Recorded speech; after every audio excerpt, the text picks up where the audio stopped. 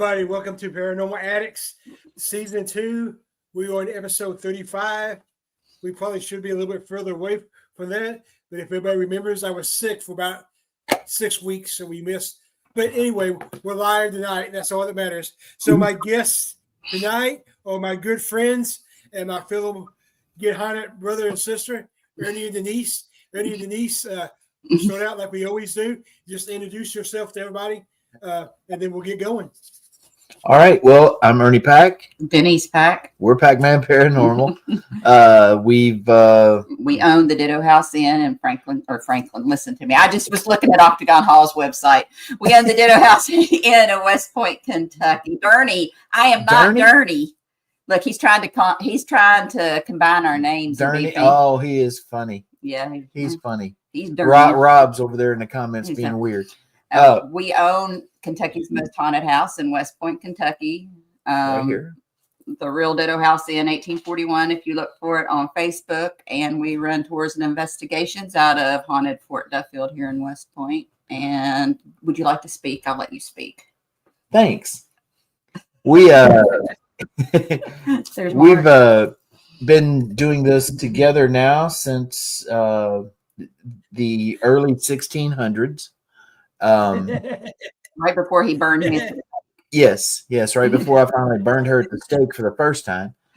But no, we've been Pac-Man Paranormal was formed in 2020, early 2020, and we've grown a lot. I mean, we were just two people that were friends that were out trying to research one particular paranormal story. And yes, from the Waverly story Hills of Sanatorium. Sarah from Waverly Hills. And it wound up being, actually a Bigfoot found us while we were in a cemetery ghost hunting. And that led to us forming a team called Pac-Man Paranormal because we wound up being on a live stream about Ghost Hunters Meet Bigfoot. And they said, well, you got to have a team name for the live stream. And we were like, okay, we'll be Pac-Man Paranormal. We just pulled it out of thin air. That didn't go quite that smoothly. Okay. His last name was Pack. I was still Brazel, and we were not a couple. We were friends.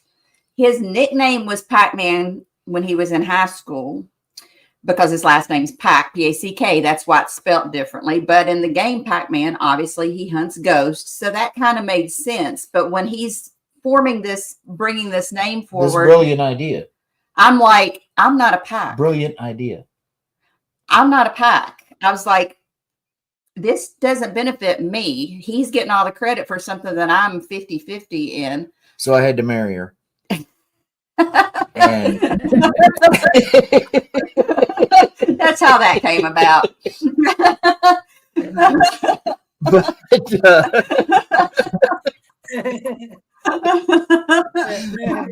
But our lives were intertwined that I think at that time, that's what's going through my mind. But then this little spirit that's been pushing us together all those months was in my mind saying, you're going to be a Pack. And that was weird to me at the time because I was like, we're not even a couple. We're not dating. We're friends. And she's like, you're going to be a Pack. I'm like, all right, I'll go with it. Pac-Man Paranormal. And less than a year later, or right at a year later, I was a Pack. Yep. There's Eric. Howdy, Eric. Eric, Mark, Rob. But no, since we formed Pac-Man Paranormal, we started doing our own podcast shortly afterwards. It grew like wildfire initially because we were fortunate enough that between the two of us, we had a lot of contacts in the paranormal community, some well-known people and stuff like that. So we would have some really good guests. And it was back before all the algorithms changed and you could get 12, 14, 15,000 views. And those guests nightly, were selling easily. Those guests were sharing us out to their platforms. And we had, at the time, I mean, they're still celebrities, but people that, weren't fortunate enough to even meet most of these people yet. But we had worked with them and been associated with them in one form or another. And so, I mean, we've since we started Pac-Man, we have done a little bit of everything. We've been speakers at conferences, Bigfoot conferences, ghost conferences, we've hosted events at almost every place we've went to as guests. We've ended up as part of the host. We've been drawn in, like everywhere we've gone. We've, bought tickets, or like, are there any tickets available? You can buy them at the door, and we show up and they're like, hey, we need extra hands tonight. You're not buying a ticket, you're working, come on. And we're like, okay. So we wind up being co-hosts just about everywhere we go. But I don't know, it's been a good time. It's been a lot of fun. We've met a lot of great people. I do like to park on train tracks, Rob. When you are in it wasn't only that when close. You're in the vehicle, Rob. Rob, it wasn't that close. I don't believe that you were able to see the conductor's eyeballs. Sweat on his forehead. He claims that he could see the whites of the conductor's eyes. It wasn't that bad. It wasn't that close, Rob. But it's Rob. We'll take it. Rob, he's scared of his own shadow. I mean, so for the people who don't know out there, I think most of our viewers right now are from Get Haunted, so most of them already know us. But for the ones out there that don't know us, we've actually been friends for a while, the three of us, but we actually met for the first time at Rock Island. I went blank. Yes, Rock Island. But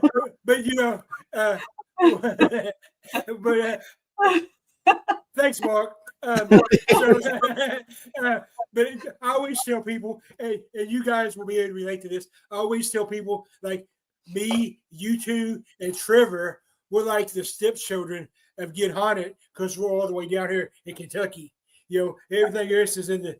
So, but we're still family, Oh yeah, we're one big family. I mean, Rob finally decided to come south and grab some good people. Yeah. We got.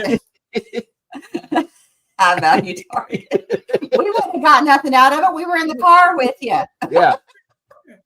Rob tries to take over my show all the time. I'm telling you. So, so usually I start with icebreaker questions, guys. But with the three of us, I think that we might get to those later. But we're just going to talk. We're friends, so we're just going to talk. So we're all from Kentucky, and we all have some kind of history with Waverly Hills. So with me, Waverly Hills has always been kind of like a touch and go. I love Waverly. I've been there. I went there for my 13th time in September. So, I mean, it's not like I don't like it, but everybody just always assumes because I'm from Kentucky that Waverly's automatically my favorite place in the world. And, you guys get that too? Oh, yeah. People still call us and ask us about tours and stuff. Yeah, ask us what's the next night we're hosting a tour or something. And, we don't work anymore. But I'm not going to throw any shade toward Waverly Hills at all. It is a place that it brought us together. It's always going to have a special place in our hearts. It's one of the most haunted places we've ever been to, and we've been to a lot of them. And it is up there on our top favorites of places just because of the relationship that we have with those spirits. And for him, 12 years he spent with those spirits. Me, on and off 12 years going, but a whole season I was there with those spirits. So you build a connection. Yeah. And you build a connection with just the building. I mean, I still, as many times as I would drive up that road and, to where you come out of the trees and there's the building, it always was something to see. I mean, and to this day, if I went up there tomorrow, I would have that same feeling. I mean, it's love Tina and Charlie. They're family as far as we're concerned. I mean, life, we went through, I guess, trauma bonding. Went through quite an experience. There's Miss Sarah Jane. Howdy. We went through quite an ordeal with them, 3 or 4 years ago now, a couple years ago, and brought us closer together with Tina and Charlie. And then things, got to a good spot where we needed them to be, and we were on our own path, and they had that to take back over. So we just kind of went our separate ways, but not in a bad way. I think people don't understand that. Yeah, some people kind of misconstrue that. By the time that Waverly was securely back in the hands of Tina and Charlie, we had bought this house. We were living here. We had started our own events and investigations up at Fort Duffield, and so we're. I like that. Your heart skips a beat when you're looking at Rob. No, I'm going to block him. I'm going to block him. I'm telling you. Yes, block him, boot him, block him, whatever. This is Rob's bedroom, by the way, the murder room. Yeah, this is where Rob always sleeps. So, yeah, sir, imagine that. It never happens, does it? so let me get back to hosting my podcast here.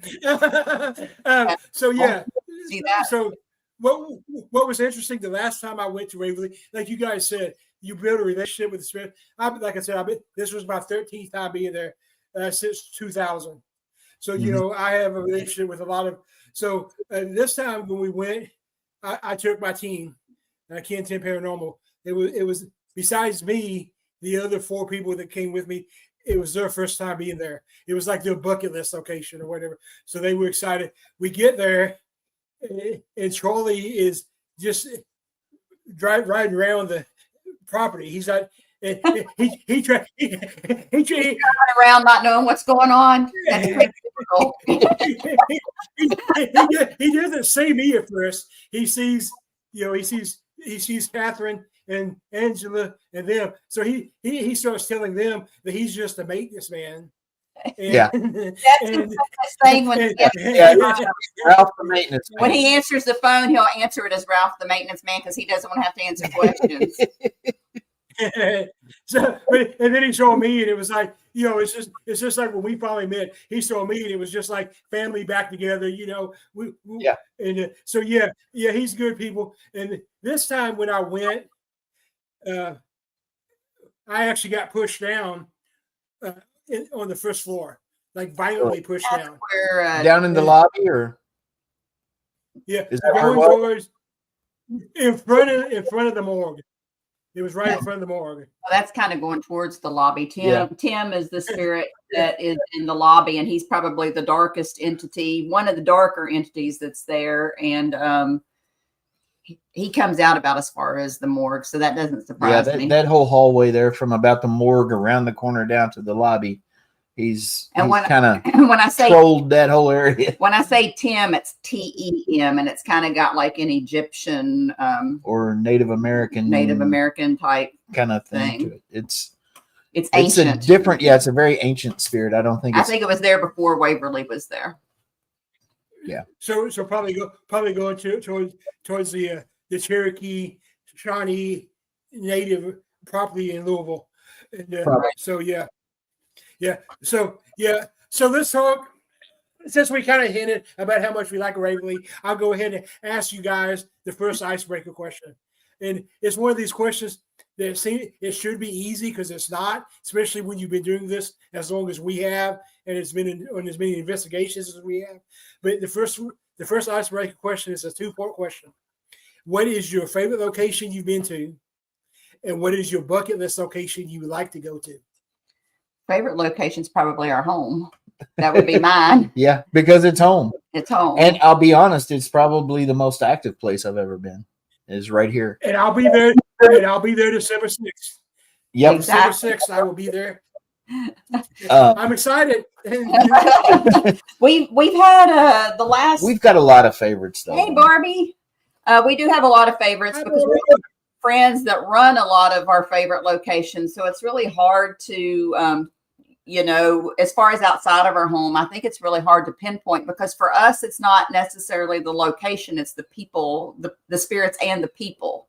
Yeah. So, we have friends at Brushy and Octagon Hall. Our sister Beth runs that now. And, the old Stone Jail. Or at the Bell Witch Cave. Yeah. And I mean, it's very hard for us to pick a location because we love all these people so much.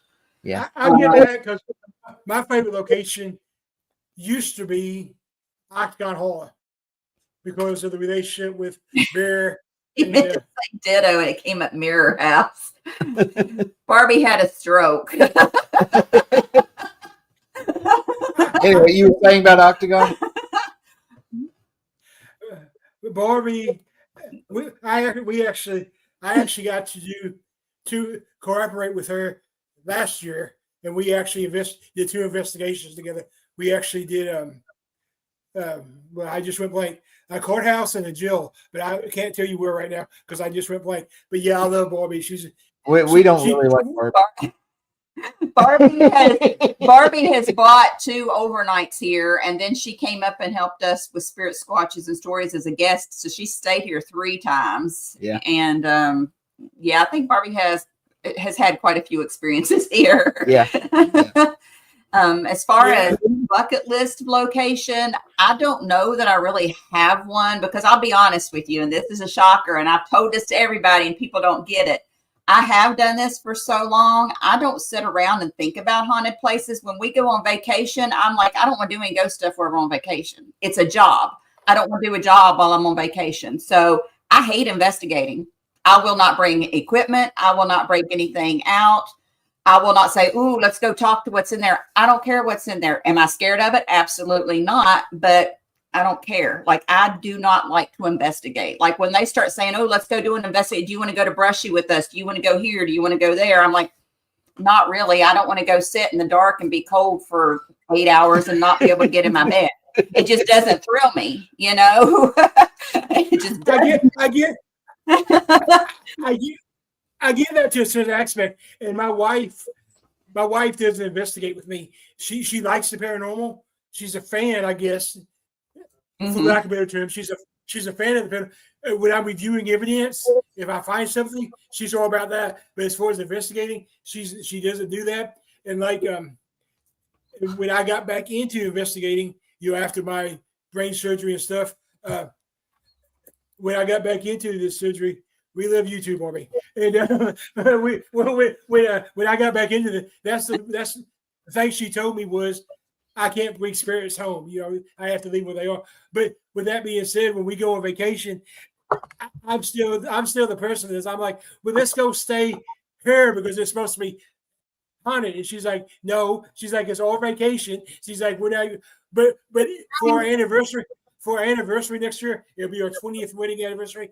We're staying at the Brown Hotel, which is supposed to be active. Yeah, it's. I mean, I think if we go somewhere and something is supposedly haunted, and they're like, "Do you want the haunted room?" I would be like, "Sure," but we're not people like we don't bring equipment because we are not worried about capturing evidence. I mean, we don't bring equipment when we go to investigate. No, we just fill it out. We see what we experience, what we feel, what we hear, and we come back with experiences and word of mouth, but we have nothing to prove to anyone. So we don't feel the need to watch equipment and break out equipment and do all that mess. It's just not us. Now we have like pieces, we have EVPs that Rob has captured here. We do have a few EVPs we've captured just because we happen to turn on a recorder. But as far and we have pictures that guests have taken and sent us or whatever. But we are not people that have ever, even when we were at the height of wanting to be investigators, we never carried a lot of equipment. No, I think far too often people get way too caught up in the equipment and they miss the experience. They're focused on a viewfinder, or they're focused on quite honestly, a piece of equipment that they're waiting to light up or something, when there might be a full-bodied apparition walking down the hall right in front of them that they missed. And this already takes up a lot of time, energy, and effort. I don't want to spend a night in a haunted location and then come home and spend another 19 hours in a haunted location looking at stuff to see what I captured. I just don't have that time. I have a life. I am a wife. I'm a mother. I have a full-time job, and I have a life outside of paranormal and everything else that I want to enjoy. I don't want this to consume every aspect of my being. So I have no reason to have hours and hours of evidence to comb through, because I'm not going to comb through it ever. I'm just not. There's not time for that. But you say that, but that's actually an important aspect of the paranormal field for people, especially people who's been doing it as long as we have. So you have to have that. You have to have that life balance. You know, you have to have that. You know, like you said, you're a mother. You work. I'm a father. You know, I got 3 teenagers at home. You know, 6 grandkids now. You know, I work. I just went back to work. You know, I have to have that balance. I think that's one of the reasons it took me so long to finally write my book. First of all, I don't consider myself a writer. Second of all, I don't know who the hell wants to read my stuff anyway. And third of all, you know, I don't really have time. You know, I want to be able to enjoy my kids. But everybody kept coming up to me and being like, "Kent, you need to write a book. Kent, you need to write a book." So I finally sat down and wrote it. And once I wrote it, it kind of just rode. You know, it was kind of like, and I love my title. I don't care what anybody says. I've had people tell me that my title's too long and whatever, but I think my title is the perfect title for a paranormal book. I don't care what anybody says. And for the ones out there that don't, my title is "Don't Buy Generic Batteries, and It's Probably Not a Demon: The Memoirs of a Paranormal Investigator." I like it. Mark said, Yeah. that's true. Mark That's has true. investigated here. Within 5 minutes of him plugging the camera into the kids' room, he went back downstairs to look at the camera and it was off. So he went back up to check it, and they had already unplugged it, and the cord was on the other side of the room. So I think the equipment, you know, we've talked a little bit about that. You know, I think that's a good point too, because like you said, there's a big, at least a loud minority of the paranormal field that are about the equipment. You know, all about what, you know, and I have all the equipment. I mean, you guys saw what I had, and you know, I have all the equipment, but I use my abilities. You know, to me, God gave me my abilities, so that's what I use. Yep. I like the equipment. To me, realistically, and I say this all the time, if I'm doing a residential investigation, and yes, we still do residential investigations. I know a lot of teams don't anymore, but we still do. So if I'm doing a residential investigation, it's just a lot easier for me to go up to the homeowner and be like, "This is what I captured on my thermal camera. This is." But if I'm doing an investigation for myself, yeah, I'm all about what I see, what I experience. You know, so yeah. We'll bring equipment out when we do like public events, because when you got novices there, they want to see the bells and whistles. So we'll bring it out for things like that, and to teach them, if nothing else, how to use it if they do decide to venture out and do something on their own. But we also give them the talk about, don't get so caught up in this that you miss out on the things going on around you, because experiences are worth more than any evidence you ever find, because no matter what evidence you find and how much you have scoured through it, somebody is going to try to debunk it or call you a liar or say that it's fake. I don't have time to argue with idiots online, and I'm not going to do it. Right. You know, and that's the thing. I like that point. You know, I'm not in this anymore to prove to anybody what's out there. I'm in there. I do this now to enjoy it and have experiences. You know, I'm not trying to, you know, after 33 years of investigating, you know, I've accepted that we are I've accepted that we're a pseudoscience, and I'm done trying to convince people otherwise. You know, I tell this story all the time, and it's in my book. So January 15th, when my book comes out, everybody needs to buy it. It's only $15. I'm not trying to be rich, but anyway, our wedding anniversary. Yeah, so buy Kent's book and give it to us as a wedding wedding anniversary gift. That'd be perfect. But you know, so I mean, you guys know this. We talked about it before, and a lot of the viewers, not all of them, but like Mark and Marby, those people, you know, so several of them know. Beth, you know, I was born with my abilities. I consider them gifts now. But at 6 years old, I didn't particularly consider being able to see a ghost and talk to them as a gift. Yeah, but it was scary when you're a kid. yeah, so Never scared though, because I was always raised that was just normal. So I didn't know it wasn't normal till I went to kindergarten, and I was talking to my friends who told me that I was crazy because ghosts were real, and I was like, I've been talking to them my whole life. Yeah. so so I'm from down here. I'm from Paducah, Ernie, where I'm actually from Wycliffe. That's where I'm actually from, is Wycliffe. So I tell people all the time, and I'm not just from the Bible Belt. I'm from the heart of the Bible Belt. We have Wycliffe has more churches than we have people. So I was actually told to my face at 6 years old that I was a tool of the devil and I was going to hell. Mm-hmm. Yeah. Who tells that to a 6-year-old kid? Well, A judgmental, self-righteous, so and so. I actually told Ernie the other day that I saw a shirt that I really wanted to get that says, "I don't have a problem with God. It's his fan club I can't stand."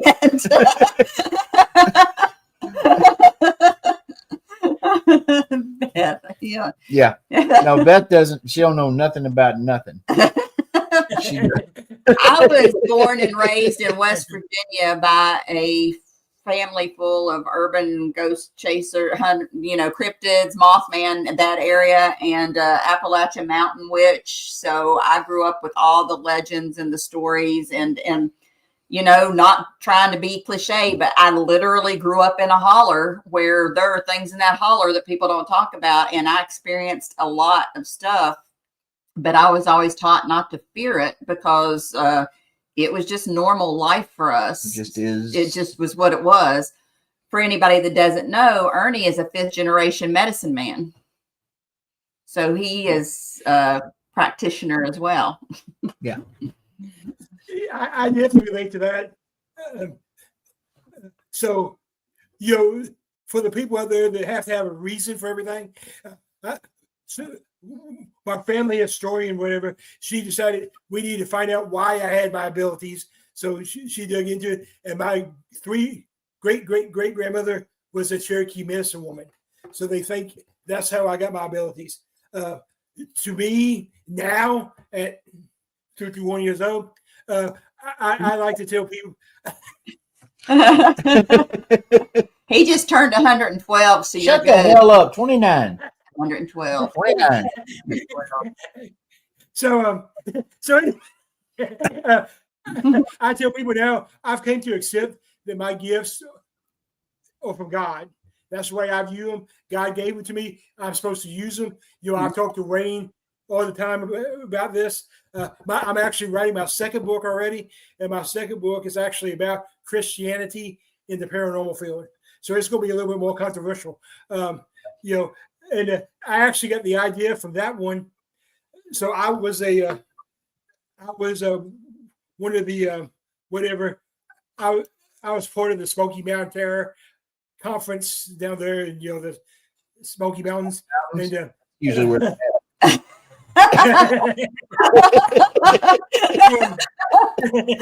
so I was there.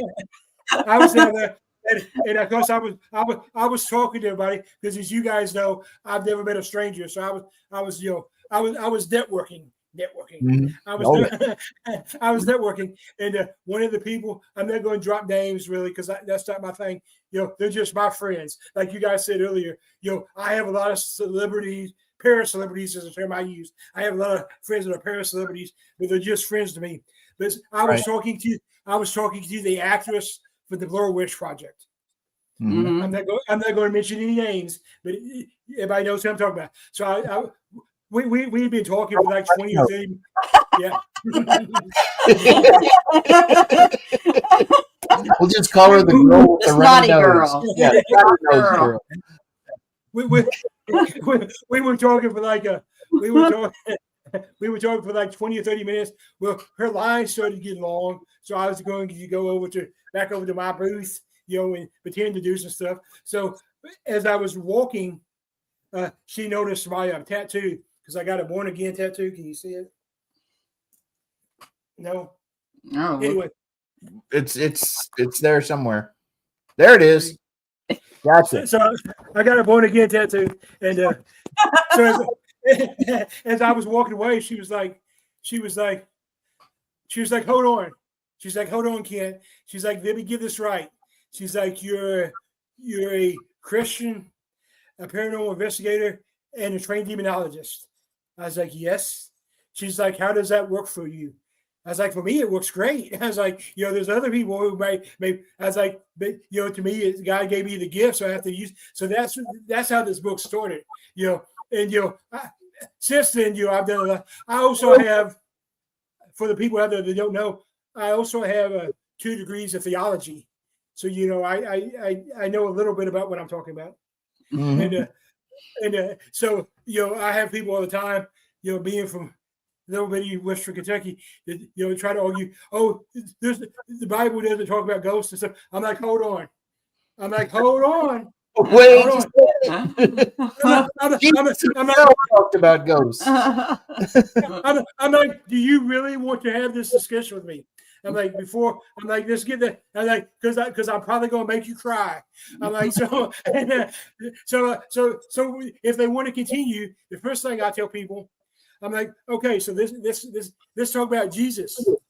I'm like, okay. I was like, so think back to when Jesus came back, when he rose from his grave. He rose from his grave.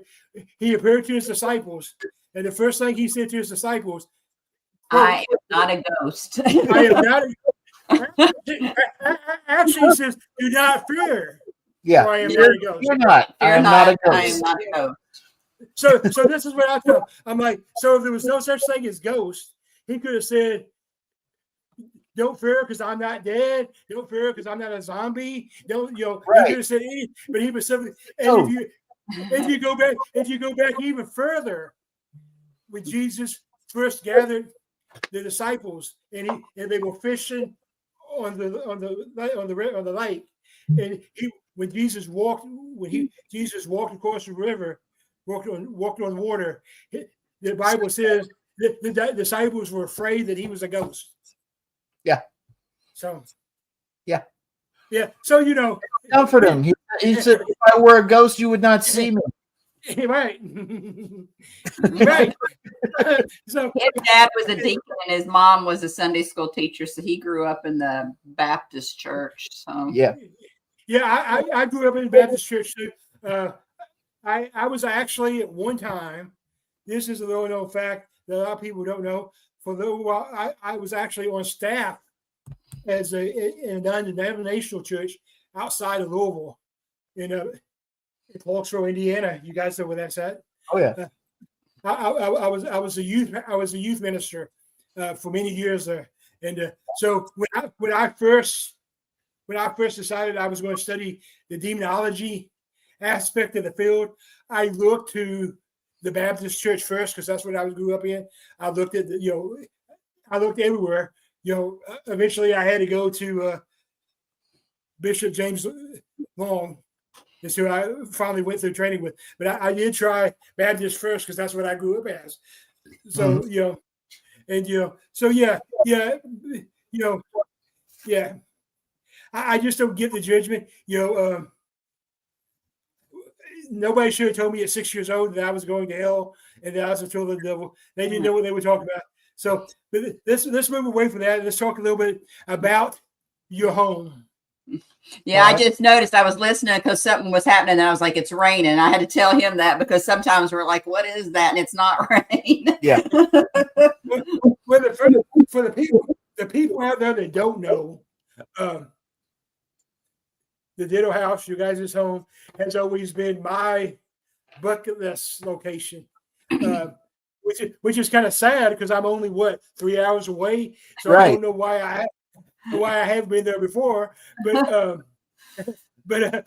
not, and but if you Google it, for the people out there who are smarter than me and who like to Google stuff, if you Google it, it actually comes up the most haunted house in Kentucky. Right. So there's two, because I know I kind of told you a little bit with the history interchanging. There's a Ditto Pruitt house that was also at one point known as the Ditto Lansdale house, and both the same family owned both, and they're both on the same property. So a little bit of that history that you see is kind of interchangeable. And sometimes it'll have their address and pictures of our house, or our address and their pictures. So it's kind of like you can believe most of what you see on there about the houses, but not necessarily all related to this particular house. Well, I asked Chat GPT to tell me about the Ditto House once, and it said the Ditto House is located in Bardstown, Kentucky. I mean, it basically started describing the Talbot Tavern, and I had to have an argument with Chat GPT. And then it said, "Oh yeah, you're right. It is owned by Ernie and Denise Pack, world famous paranormal investigators. Ernie Pack is a handsome, amazing human being." And that's why I deleted Chat GPT, because it is so wrong all the time that I finally got tired of arguing with it. And that right there was the final straw. It was right. It was right about me being handsome. That was when I said I got to that delete part. it. I got to delete it. Right. We're looking forward to y'all being here too. Yep, it's gonna be a good time. So I just we can't guarantee paranormal activity, but we can guarantee a good time. Right. That's all we had people here last night, and there was just a few shadows, a couple of REM pods. Not a whole lot happened last night, but they were so excited when they left this morning. They wanted to come back. So we did something right. Yep. And they gave me a tip, a big tip. It was for me. It came to my Venmo, buddy. Sorry about your luck.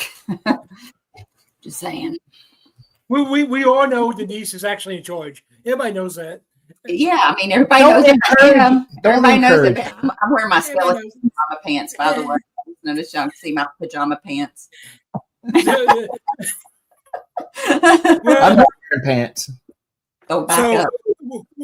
Why don't you tell the people out there that's watching, because we actually have quite a few viewers live with us. I'm looking at 25 right now, is what it says on my. So why don't you give them a little bit of the legit history of the house? You take away some of the confusion. Just give a little bit of history of the house. All right. Hannah knows I'm in charge. See, Hannah's not. She's not real bright. We talk about that. Hannah, I'm going to remind you to kick his ass next time you come. I'm just saying. No, the Ditto House was built in 1841. So by the year I was born.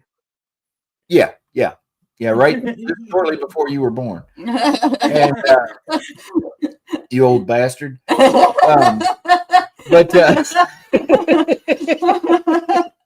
Ernie was there when they signed the deed. For a weekday, your mama's arm. I'm trying to give legit history here. I am too. Anyway, the house was built in 1841. It has served as a private residence. It's been an inn. It's been a brothel. Bank. She always wants to jump straight to I want to go to brothel. I like to build up to that. The ladies are still here. Look, Mark's saying I'll get out of the truck on you. He knows She I will too. She will. We'd love to have you, Eric. Yeah, just let us know. It's been used as a post office, a bank, a railroad ticket office, a store, a restaurant. It's had many different incarnations over the years. During the Civil War, it was used to help treat the soldiers at Fort Duffield who would fall ill. So it's labeled a Civil War hospital, but we're kind of like the runoff hospital.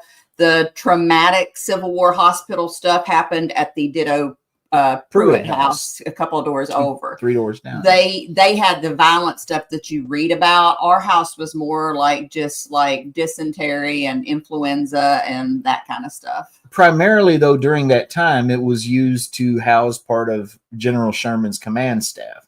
They would stay here with Widow Guthrie, as they called her. She was the widow of Julius Guthrie, who was the original purchaser of the house after it was built.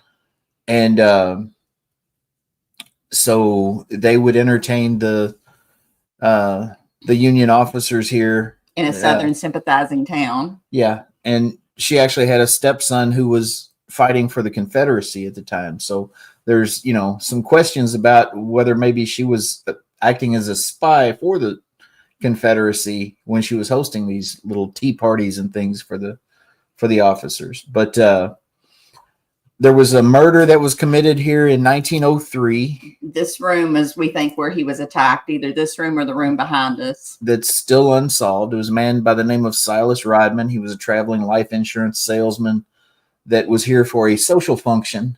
It was a brothel at the time. He was here for a social function. It was a brothel. He was here for a social function on Thanksgiving 1903. Getting a little extra something. Just a little extra. He was turkey.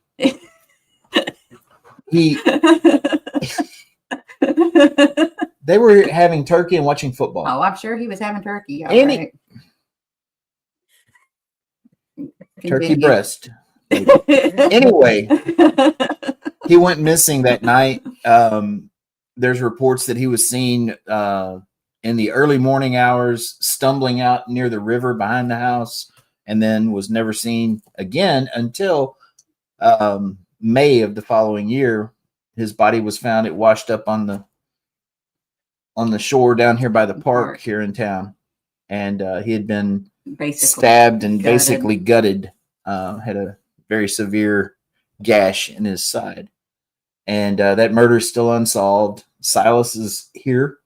We've had a lot of interactions with him. He's been seen, heard. If you watched the Haunted Discoveries episode with our house on it, he's the primary spirit that comes forward that night. And just to shed a little light on that episode for anybody that hasn't watched it, we know from working at like Waverly Hills and haunted locations, a lot of these shows that you watch, you get like a 45-minute program with like 2 or 3 pieces of really good evidence, and people don't understand. They usually are there for a week filming to get those 2 or 3 pieces of evidence. They filmed here for 4 hours. And got everything you see on that show was for 4 hours. Yeah. So it was. That's amazing. I mean, yeah, that makes me even look for it even more than I already was. And I recommend if you have a tripwire. We don't have one. They really like the tripwires. And tracer wires. Tracer lights. Anytime somebody brings either of those seem to be the things they focus on. I actually make those. All right. Okay. Well, there you go. Bring us one as a gift, and we'll give you $10 off your next visit. Would you like green or purple? Purple. Purple. That works. Purple. Yeah, Mark said it could have been him that night when he saw a black shadow at the door behind me. So yeah, because they came up behind me in the dining room down there. Yeah. But I mean, it's, when we bought the house, I mean, when we made the offer on the house, we knew it was a historic home. That's all we knew, right? We didn't know anything. We didn't know it was a haunted house. I mean, we picked up on, because we do have gifts. And when we came to look at it, when we originally said we wanted to come look at it, we were hoping it was a haunted house because it had that vibe and it had the history we needed.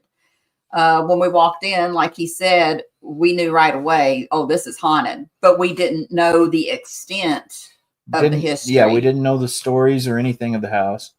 And so we were leaving, driving back to Valley Station after making the offer on it. And Denise got on her phone and just Googled. No, that's not how it happened. Next night? I was at home that night on the computer, and you were in the dining room. He don't remember details. He's old. You'll have to excuse him. He's got senility setting in. He did just turn 112. I was at home, and I said, I'm going to go in here and Google that placard and see what history I can find on the house. And when I Googled it, the first thing that popped up, 6 reasons why the Ditto House Inn is the most haunted house in Kentucky. And I was like, Ernie, and he comes running in, and I turn the computer around, and then we're like high-fiving because it's like, yes, because we were very excited about that. Yeah, I get that. And like I said, I mean, you guys already know this, but yeah, I can't wait till December 6th. I mean, I was going to make this happen if I had to sell a kidney. I was going to do that. Yeah, Hannah, Grandpa is losing his memory. Hannah, you are not ever invited back to anything ever. It's bad, ever. Hannah, bad. You are barred from everything in the history of ever from now on. Yeah, we're not doing these again next year. And as of right now, the plan is we're not putting that on our agenda. We don't want to say we'll never do it again, but this year has just been, and I think it's been bad for everyone, but this year has kicked our asses. And we were just like, we can't keep doing this pace, and we got to figure out where to cut this out.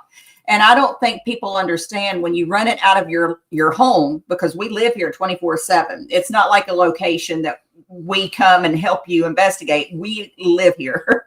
And I work out of town, 12-hour shifts. I have to drive 2.5 hours to come home. Then I have to get the house ready, whether, cleaning, washing linens, making sure the bathrooms are clean. We have to go to the store. Then we have people here that, stay up all night, want us, and whether you want us to help you out or want us to leave you alone, it doesn't matter. We're still up somewhere out of your way. He usually has to work the next day. People go to bed 4:35 in the morning. He's got to get up at 7 and go to work.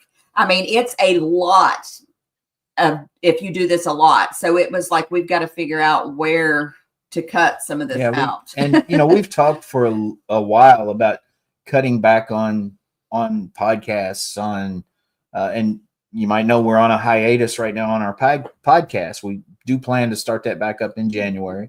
But it's super busy right now. Doing events, traveling to events at other locations. Sorry. Speaking engagements, all those kinds of things. We've kind of pulled back on doing those kinds of things a little bit. And we're going to continue to pull back because we want more time for us. It's not anything against anybody. It's not any, snub of anything. We want more time to be normal. There were quite a few things this year, especially towards the end of the year, that would pop up. I like, oh, let's go do this, and be like, well, we can't. We got somebody at the house, or we can't. We got to be such and such, or we can't. And I'm tired of cutting out the things that I want to do because I'm obligated to something else. I don't mind necessarily to do this, but I need my life back just a little bit. Yeah. And also, last year we took a hiatus at the end of the year, like the November, December as well, because people don't realize he works for UPS at the airport. He helps load the airplanes. They're actually not starting till after Thanksgiving this year, but last year they started November 1st. They hit their peak season. He works 12-hour days, 7 days a week. He gets Thanksgiving Day, Christmas Day, and New Year's Day off. Other than that, 7 days a week, 12-hour days, all the way till mid-January. It's just too much. Yeah. And even for you. Yeah. Right. Yeah. And there's no guarantee he would even be home in time on Sundays for our podcast, because a lot of times he's rushing through the door at the last minute anyway. So we just needed a break. I definitely get that. I'm almost on my hiatus. I got you guys.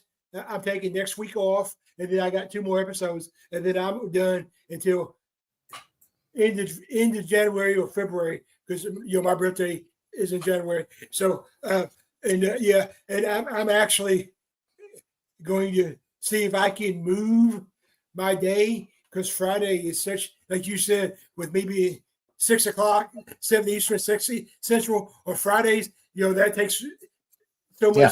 You get into stuff with my kids straight into the podcast. Yeah. Right. You need time to sit down and rest your feet or whatever. Yeah. So I definitely get it. And I think that's the key.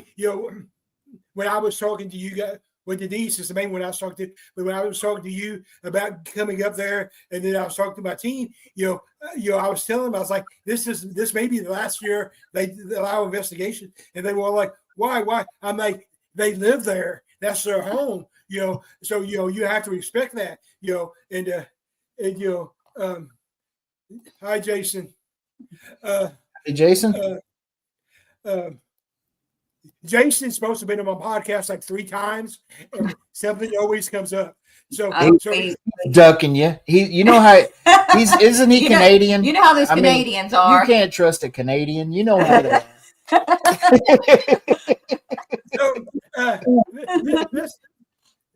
I want to talk about Fort Devonfield in just a second, but before we get there, let's talk about something that's personal to me, and I know it's personal to you guys too. Let's talk about Get Haunted. It's not as bad right this moment, but 3 or 4 months ago, we had a lot of hate going on about Get Haunted. What people have to realize is Get Haunted, we're a family. I kid all the time, and I know you guys have watched my podcast and heard me say it. I'm getting mine the 4th. I had my appointment. I'm getting it the 4th. You can't see it because my camera's too high, but the shirt that I had made at Rock Island, the Get Haunted shirt, that's what I'm wearing. See, Nice. I like it. So I tell this story, and I may get a little bit emotional here. It's okay, I'm old. I'm allowed to. For the people out there that don't know this, so I lost 3.5 years of doing anything paranormal, really anything, but especially paranormal. And that was hard for me because paranormal has been my life since I was 16. I went on my first actual investigation at 12 years old in 1986.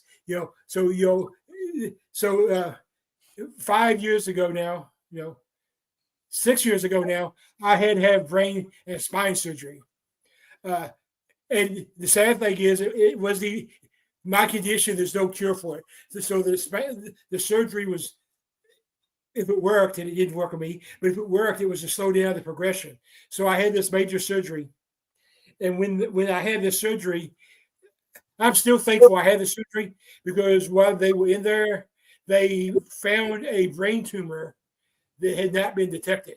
And what's odd about this is that at this point, I had 12 MRIs. That's not an exaggeration. I had literally had 12 MRIs leading up to the surgery. And but somehow the brain tumor was between my base of my skull and my spine. Wow. And for the people who don't know, I don't even know if I've ever actually discussed this with you guys. So my condition is Chiari malformation. That's my condition. Not very many people know what Chiari is, and it's hard to explain. I'm a critical care nurse. It's a neuro nurse. She knows. Yeah, I do that. I do that. We had discussed this a little bit before. Yeah. And, but so how I explain it to people is your spine and your brain are supposed to have separation. Right. And with Chiari, you don't. Right. Your brain, and that causes, as most people can imagine, that causes a lot of issues. There's 315 known symptoms of Chiari. And it's different for everybody. Mm-hmm. They say there's people that's actually symptom free. I don't know how the hell anybody's symptom free. But most people that's got Chiari end up with multiple brain surgeries too. They have like 5, 6, 7, 8 surgeries in their lifetime. Yeah. My neurosurgeon is actually a Harvard educated neurosurgeon. His name's Dr. Titsworth. He actually hates the surgery because he's like, people die from the operation. Mm-hmm. And if it is successful, like you just said, you have to have the surgery again 5 or 10 years down the road. Right. And the surgery, what they do is they remove a quarter size of your skull, and then they either move or shave your top 3 vertebrae. That's the surgery. So, and I'm one of the lucky, and this is sarcastic, I'm one of the lucky 3% of the people who have Chiari that has seizures, blackout spells, and all that stuff. So so I actually, my technical diagnosis is Chiari malformation 1.5. So you have 0, you have 1, you have 2. 2 is to be ruled as 2, you also have to have spinal major. So there we go. So 1.5 just means I have all the symptoms. So anyway, I had to have the surgery, and I had, of course, obviously, I had to learn to walk and talk and all that. So I lost 3.5 years. So when I got back into this, I wanted to get back to doing my podcast and all that stuff. I figured nobody gave a shit about who can anymore. Everybody forgot about me. And Sarah, I started doing the podcast by myself. Barbie was actually She actually co-hosted a couple episodes with me. She was my first ever guest when I came back. Well, after I did those first 2 episodes, me and Sarah got in touch with each other somehow, and Sarah and Rob was like, "You need to come be part of." Did you hear that? They were like, you need to come be part of the Get Haunted program, and from there, it was just like family, and that's what people don't. That's what Get Haunted is all about: is supporting each other, loving each other. That's like, I said it earlier, and I say it teasingly, so Rob and Sarah don't think I'm being rude or anything, but I consider myself like the stepchild of Get Haunted because I'm way down here. But at Rock Island, when I finally met Rob and Sarah, they both came up, they both ran up to me and hugged me, and it was like and that's what Get Haunted is about. I think I rambled on a long time, but you get the point I'm trying to make here. It's more than just a podcast program or a event company or whatever, a merchandise company. It's more than that. I mean, it's really a support group, and it's a bunch of like-minded people that care about one another, care about the success of one another, and your well-being and everything. I mean, we have what a lot of people probably don't know is we've got probably 8 or 9 group chats within the Get Haunted family. People checking on each other. People always, first thing in the morning saying good morning, checking on one another. If somebody knows that somebody's family member's been in the hospital or something, everybody's checking in. How's your mom today or whatever? I don't like to even talk about the drama and the nonsense. I think that the drama and the nonsense constantly being talked about just perpetuates it. But for the people that you're Mark, you're a nobody, is what you are. Mark who? Mark who? This I don't know who this guy is. You don't even know how to spell Mark. But anyway.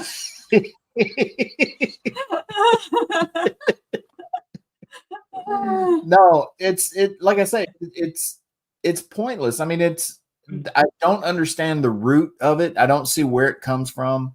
I mean, we all have conflicts with one another from time to time. Things, not everybody's going to get along all the time. But that doesn't mean you've got to go on social media bashing whoever you're having a conflict with. We could have bashed a million people over the years. We still could. It's just not worth our time. What do we have to prove? Right. Most of these people are keyboard warriors. They would never have the balls to say it to somebody's face the way they talk to them online. Because I know you talk to me like that in person, I will get out of the truck. Ask anybody that knows me. I will kick your ass. I don't care. I ain't got time for that bullshit. Well, what's interesting is, and then we're going to get off of this because we could actually be on this subject forever. So what's interesting is, yeah,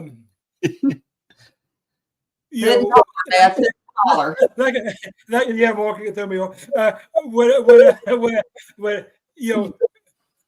So I'm like you. I don't get into the drama. It's a waste of time. It don't bother me. You was talking about the 8 or 9. I'm part of 4 of the chats myself. So, I can say I definitely consider myself part of the family. I mean, I know everybody does. Everybody considers me part of the family. So I don't know. I've not been around long enough to know the people that have the issues. So I made contact with, not knowing this, with one of the people down here in Hopkinsville, and everybody wanted to start talking about me. They're like, "Is Kent not part of Get Haunted anymore?" What the hell, people? Don't question my loyalty. I mean, you know what I'm saying? We won't say names, Kent, but a couple of times I've just said, "Hey, FYI." And I'm not telling you not to talk to somebody, but I'm like, I don't know if he knows. And I'll send you a message and say, I just want to tell you what I know about this person. And you do with it what you want. And you did that 3 times, I think. And I appreciate that because I don't know the people, Right. So down here, I mean, you guys know how Paducah is. Paducah is set up where they talk about paranormal. So when we get something new around here, where you can investigate, I'm going to go check it out. And if I don't know the backstory, I'm not going, But yeah, Right. so, Yeah. but I mean, that was just kind of funny to me because you guys know me. You guys would never question where I stand. So, the way it should have been handled is the exact way that Denise handled it. Send me a private message and explain it to me. Don't Well, talk about me. with that being said, because I speak for myself on this one, if I know somebody and I don't have beef with somebody and I like somebody and they've not personally done anything to me, I don't really care who they have beef with. I won't let them talk bad about any of my friends or family to my face. And if they have blatantly done something horrific to somebody I love, I won't associate with them. But just because you have an issue with somebody doesn't mean that has to be my issue. And I'm not going to cut people out of my life just because you have a problem with them. That's just Exactly. And on that note, and then we're going to move on because it's just that we're talking about really. But on that note, when I went to meet this person, I was wearing my Get Haunted shirt, my Get Haunted hat, and I made a point. So once I found out that, I made a point. I was like, I'm surprised you're talking to me after everything that I now know. And and of course, like you said, computer warriors. So to my face, he was all like, "Oh, I don't have a problem with any of them. It's just, So yeah. So whatever, yeah. So funny story about Mark, and then we'll move on to Fort Dunkelfield. I only know Mark the same way I know most of you guys. Just through all this, I consider him a brother, just like I consider you guys family. So when I was going through the issues that I was going through about 2 years ago, and I'm not going to mention them. You guys know what I'm talking about. It's not worth mentioning. So somebody told me that Mark was spreading rumors about me. At that point, I didn't know Mark well enough to know anything. So Right. And Mark, I love you now. So don't get. You already know this. So I actually like just cut everybody. I started blocking everybody. So Sarah actually spoke up for Mark, and she's like, "I know Mark better than that. He would never do that." So I actually called Mark, and me and Mark actually talked. That's a novel thing. Being adored and actually talking to somebody. So as you see, me and Mark are friends. I found out that was all bullcrap, and I should have known it to begin with. But when you're going through stuff like that, he's had people send him message, especially when we were doing the Save Waverly Hills stuff. People sending him message saying, "Hey, why are you saying this?" He just picks up the phone and calls them. He's like, "I'm not doing this back and forth text. We're going to discuss this because I don't even know what you're talking about." Yeah. And that's definitely how it needs to be handled, because even when you're trying to clear things up, text is not the way to do it, because you can't get tones and what people are trying. Yeah, it's easy to misinterpret what someone is typing, rather without hearing it come from their mouth. Your tone, your attitude, and whatever comes through. I'm very blunt anyway, and I just pretty much, I try to be nice about what I say. You're not good at it most of the time, and I'm not good at it because I just want to get to the point and tell you what I think. If I got a problem, I'll tell you. If I don't, I don't. And if I have a problem that's not worth addressing to the extent that it's going to cause a bigger issue, then I just, try to avoid it or smooth it over or whatever. But I think a lot of the times that's misconstrued when people just directly approach you like, "Hey, this is this," because people expect you to do that little song and dance. I don't have time for that. I am too old to give a shit about that. So in closing of that section, the three of us are getting haunted for life. That's what you gotta say. Yeah. And if you actually want to know what Get Haunted is, ask me, Ernie, Denise, Trevor. Don't leave the rumors. Ask somebody. So let's talk a little bit about Fort Dunkelfield. But before we actually get fully into Fort Dunkelfield, let's talk about this, because this is something I know we're all on the same page here. But we have a certain section of the paranormal that thinks you can only do ghosts or you can only do cryptids. You can't do all of it. And I don't know. And we all do. We do all of it. We do ghosts. We do Bigfoot. I'm probably one or two people in Kentucky that can say I've actually been on a chupacabra investigation. So I do all of it. So hold on a minute, Kent. Todd asked you. Is that close enough for you? Misconstrued. Is that misconstrued, Todd? Okay.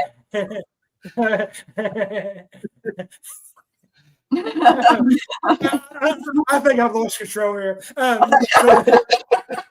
Usually happens when we're on. Yeah, it She usually tries to happens. break everybody's show. She's good.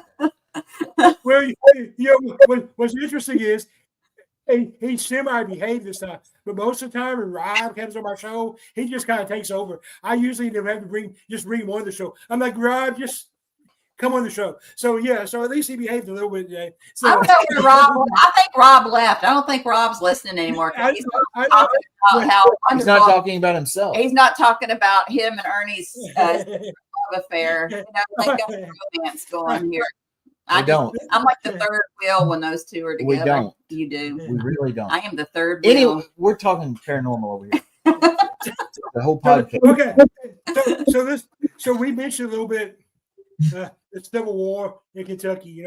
There's a lot of places in Kentucky that's tied to the Civil War. As the history buff, I like to point out that the Civil War is not actually a good name for the war, because Civil War is technically, by definition, somebody trying to overthrow the government. Kent, I think you're running over onto.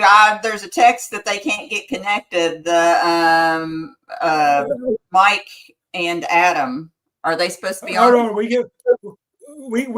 can fix that. Hold on. Okay. Okay, we're still good. All right. We're still on 2 or 3 networks, so we're still good.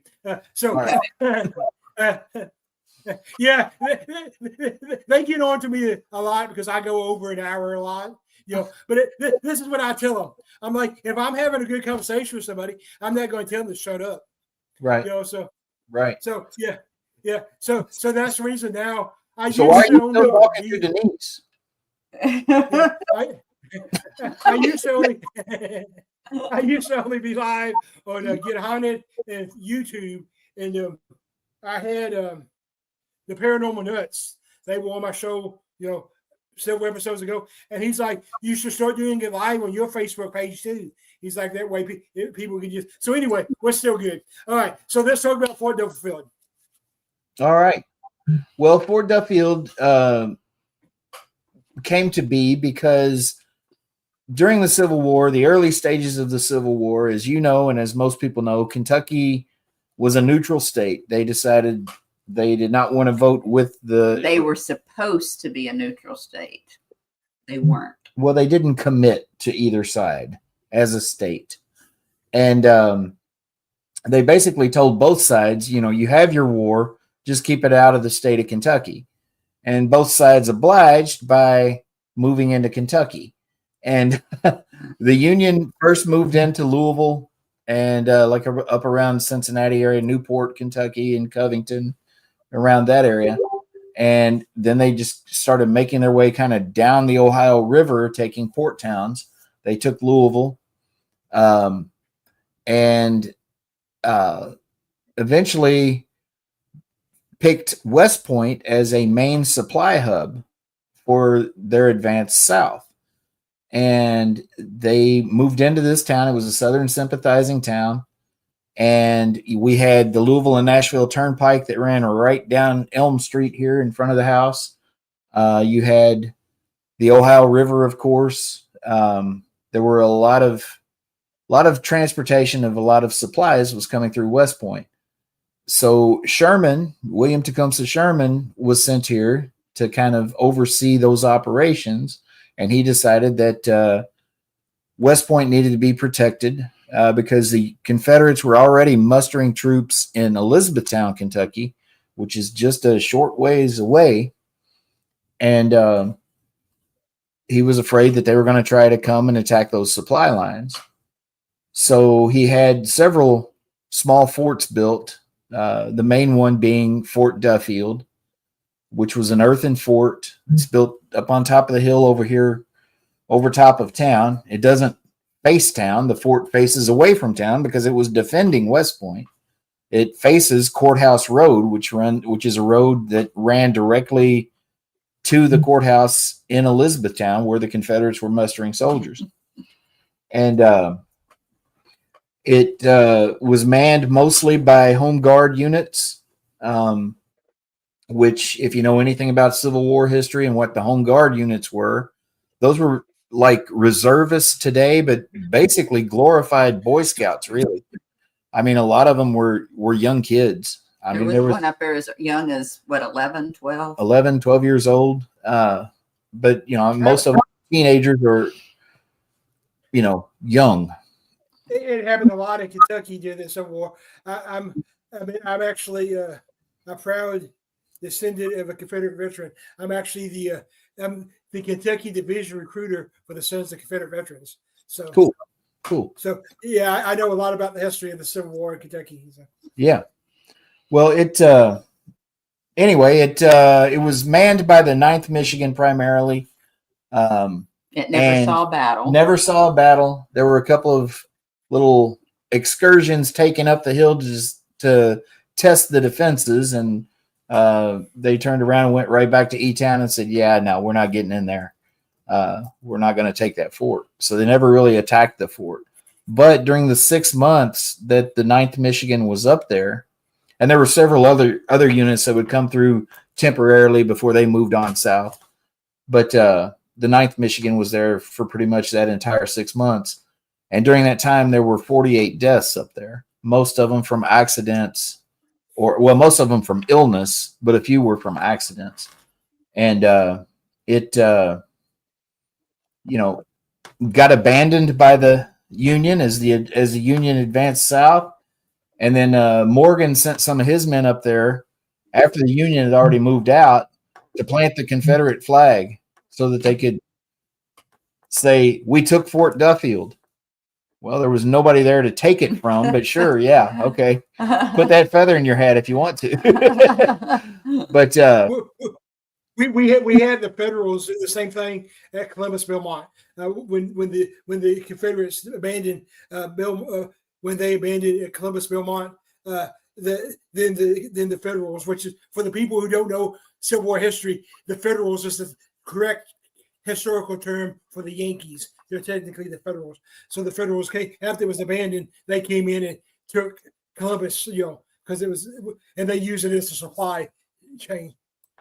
Yeah. Yeah, Mark didn't get to go when Mark and Stephen Kometz and Big Daddy Andy came and did a night at the Ditto House. They happened to come when Todd and Leanne had their Bell Witch Cave the next night, so we recommended they go down there. So Mark had to go home because it was Father's Day weekend, but Big Daddy Andy and Stephen got to go back down to the Bell Witch Cave, and then they came back up here on Sunday and got to go to the fort, and we got Squatch Man up there, and they got to have a tree pushed over and everything with Squatch Man up there asking the Bigfoot to do it. So yeah, it was a good night. But I'll go ahead and cut to that part of it since we've already talked about after the Union left there. When we moved down here, we wanted to investigate Fort Duffield because it was a Civil War site. We've investigated lots of Civil War sites. We knew it was probably haunted. Had never heard of anyone hosting investigations or anything there.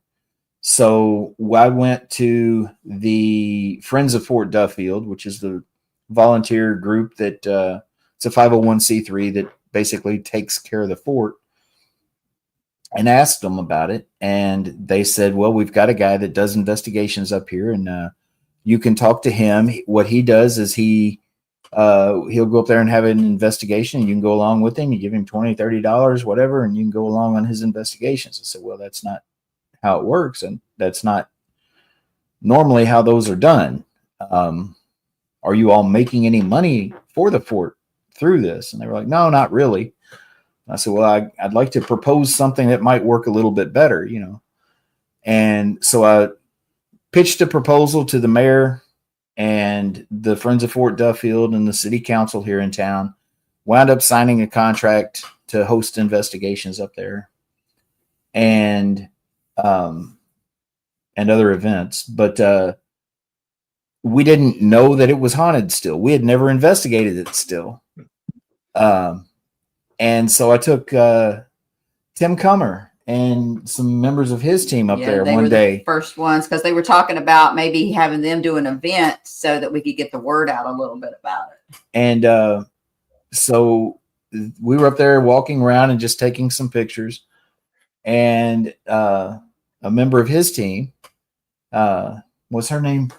I can't. Is Carrie. Yeah, Carrie Dornan. Carrie Dornan. Yes, Carrie Doran or Dornan. Dornan, I think. Carrie Doran. I apologize Carrie. for not remembering Carrie's last name. But anyway, Carrie had been taking a lot of pictures, and the next day Tim texted us and said, y'all got to see this picture. He was driving actually, and Tim said, "You've got to see this." And he sends me the picture, and we're on the back roads going to the Whistle Stop restaurant in Glendale. And I'm like, that's where he tried to kill Rob with train. Rob and Brian both with the train, by the way. Yeah. But I'm like, oh my God, you've got to see this. And Ernie's like, what? I'm like, pull over. And he's like all over the road trying to get pulled over in a cornfield. And we got this picture of a soldier walking down. I mean, it's as good of a photo as you'll see anywhere. And we weren't even there taking pictures for that day. They were taking pictures of the layout to try to decide if they wanted to do an event. And so that was... We sent the picture to the mayor. That was the first person we sent the picture to, and was like, we got what we need. And the mayor was like, holy shit. He didn't say crap. He said shit. He did. But so, I mean, that just led to a lot of things. And then the first group that we had come up there for a private overnight. Before you had the group come up for the private overnight, we had Greg Bakken and his friend Shar Savoy, our friend too.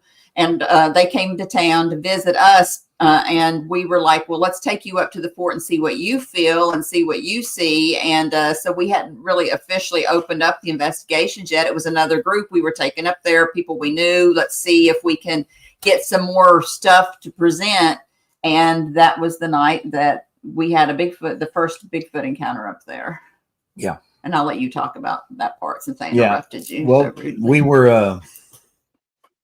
this thing walked out into the moonlight in front of us. I mean, it was and we weren't even looking for Bigfoot. We were up there. We were up by the cemetery looking for shadow figures or apparitions or whatever. And a Bigfoot walked out of the woods, and we were like, "Well, there's that." All of us were like, "That happened." We were all like frozen, just pointing, and then it stood there and looked at us for a second, and then it went back into the woods, and then we all were like, "What'd you just see?" I don't know. What'd you just see? Will you tell me what you saw first? And all four of us saw the same thing. Yeah. So, and Shar and Greg had never had an experience. So that triggered them to like, I need more. And so the next night, which we didn't go back to the fort, we went back up to Squatch Man, his own little honey hole of where he goes for his Sasquatch stuff. We were like, well, let's get in touch with Squatch Man and see if he can give you some more experiences. So we went up there, and then Greg and Shar got bitten by the Bigfoot bug that night, and they're about 50-50 now too. They do about as much Bigfoot stuff as they do ghost hunting now. And that's something you had touched on earlier, is how people say that, you can't do both, you got to choose one or the other. Well, they go hand in hand. I mean, the aliens do too. I mean, it's all one and the same. I think of the forest people, as we like to call them, rather than Bigfoot. Spirits I think that they are spirits of the forest, basically, because they're energy beings. They are not a flesh and blood creature. They can appear as a flesh and blood creature, just like an apparition can appear flesh and blood, a full-bodied apparition, but it can also be just a mist.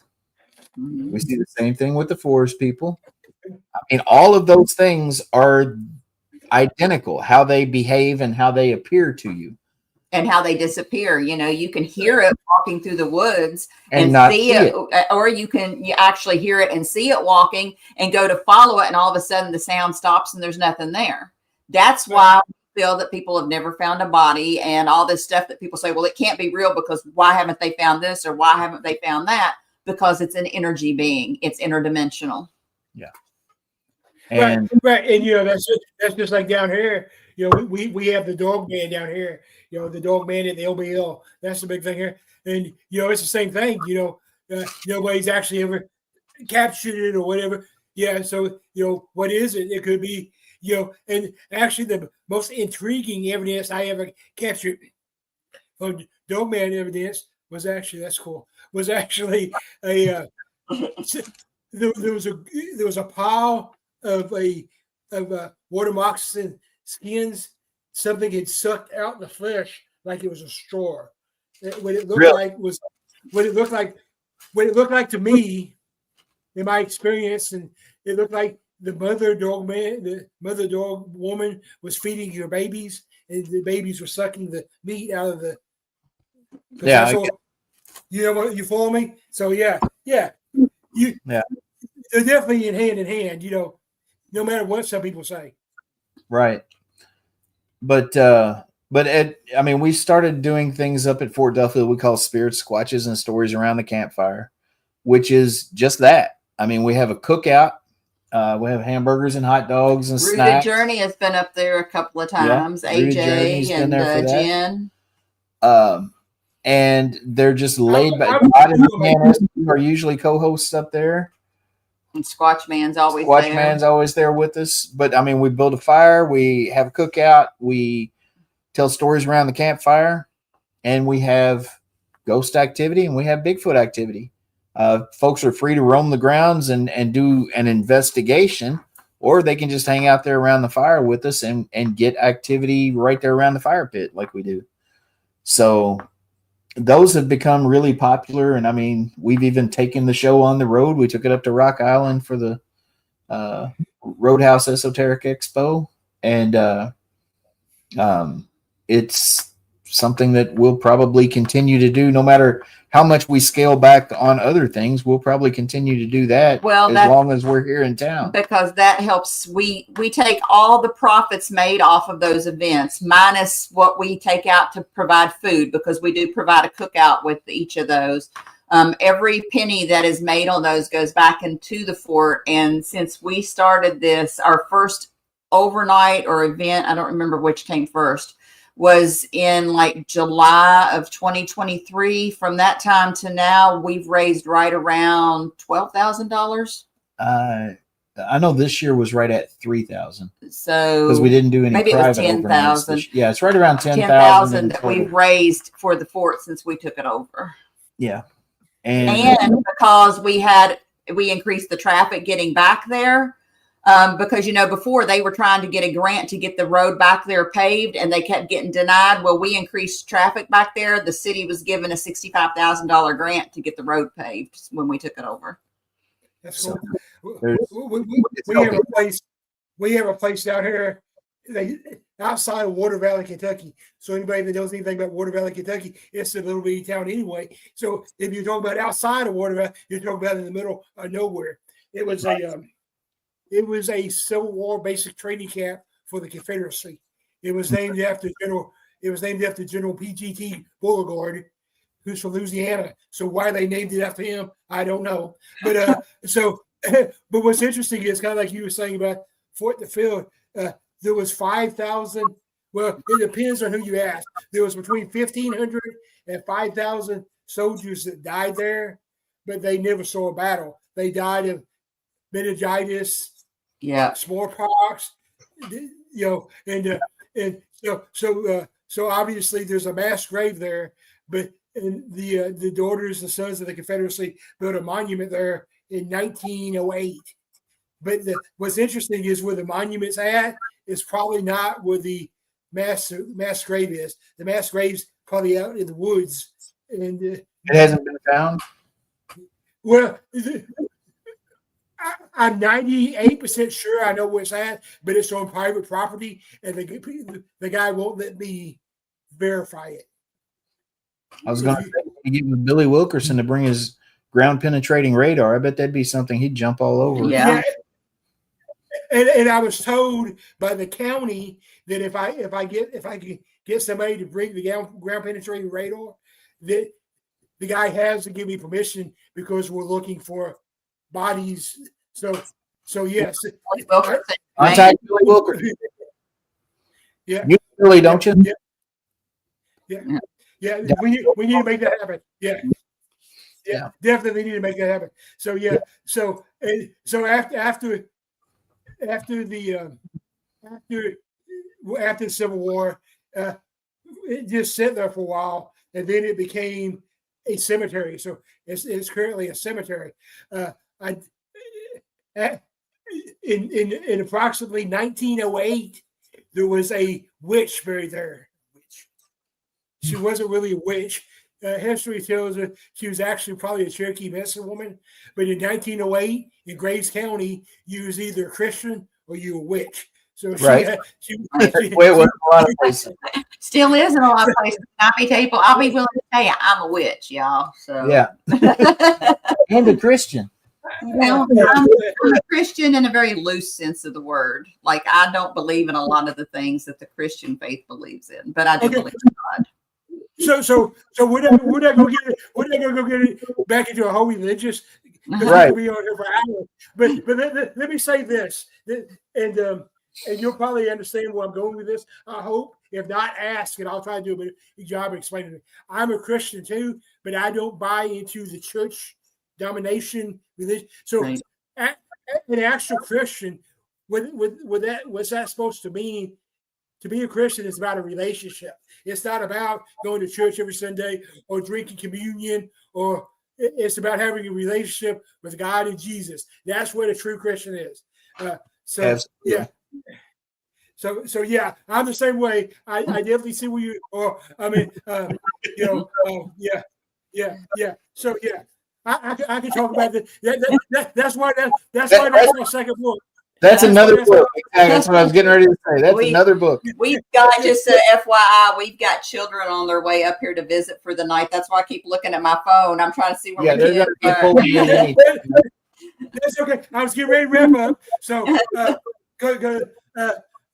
I'm doing a better job at keeping it the hour, but we were so busy in the talk. But so I hate to just say shut up. So, but we won't shut up. Notorious for taking over a show. I got 5 words in tonight. You can't keep it on the rails with. I got 5 words in tonight. You was over here just yap. All right. So just as we mentioned earlier, for the people who don't know, you guys are all kind of on a hiatus right now. But tell them, say next year, if they want to go to Fort Neverfield, how to get a hold of you guys, what you got going on. And I do want to throw out this invitation. I know you guys said that you're scaling back the conferences, that kind of stuff.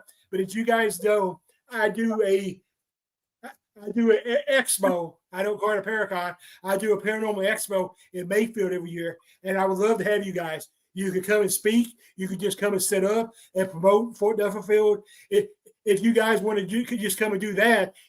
There's no fee for that. I don't charge a vendor fee for that. If you're promoting a location, I just give you a table.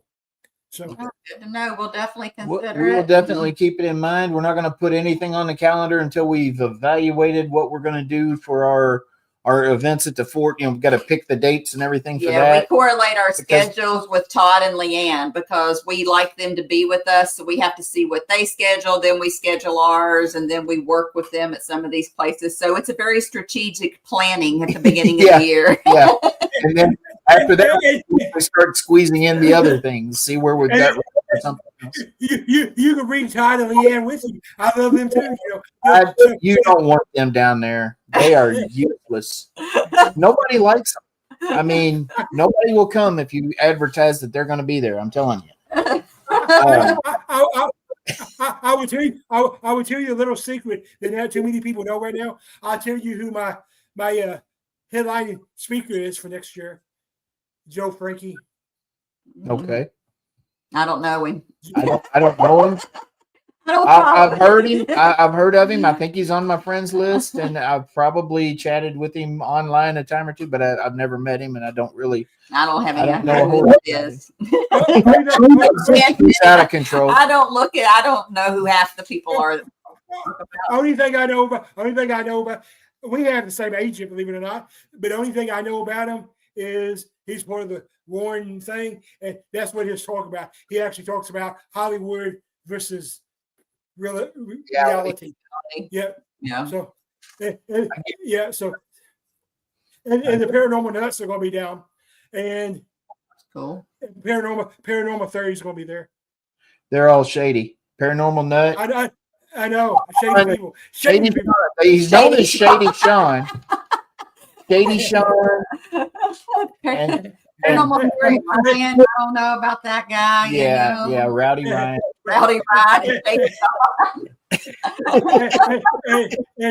And the rest of Rex is going to be there too. Cool. Well, It's just like I say, together. I saw the videos and the photos from the expo last year, and it looked like it was a good time. And if we can squeeze it in, we will. But like I say, we haven't even made our own schedule out for next year yet. So we have to put that on hold for right now until we get with Tyler and put all of our events. It's still like 11 months away anyway, so we got plenty of time. But if anybody wants to find us and our event at Fort Duffield, we don't necessarily have a website, but Hauntings, there is a Fort Duffield website and Facebook, but we are Hauntings of Fort Duffield.